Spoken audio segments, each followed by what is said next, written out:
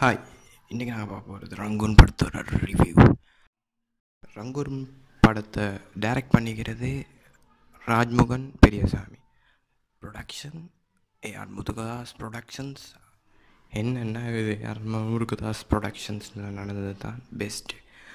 கௌதம் கார்த்திக் நடிக்கிறார் ஒரு புது ஹீரோயின் ஓட.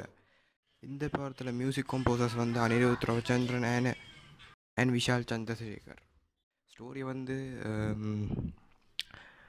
கௌதம் கார்த்திக் வந்து ரங்கூன்டா பர்மா அழைக்கிறாரு. அவர் வந்து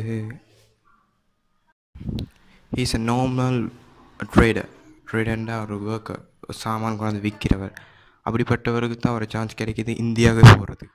அவர் இந்தியாவுக்கு போயிட்டு இந்தியாவில் நடக்கிற விஷயந்தான் ரங்கூன் படத்தில் ஸ்டோரி.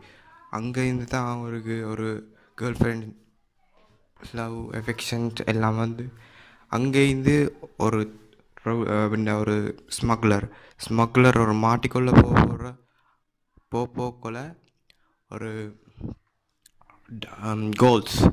கோல் பார்ஸ் கொஞ்சம் இவரை தராரு.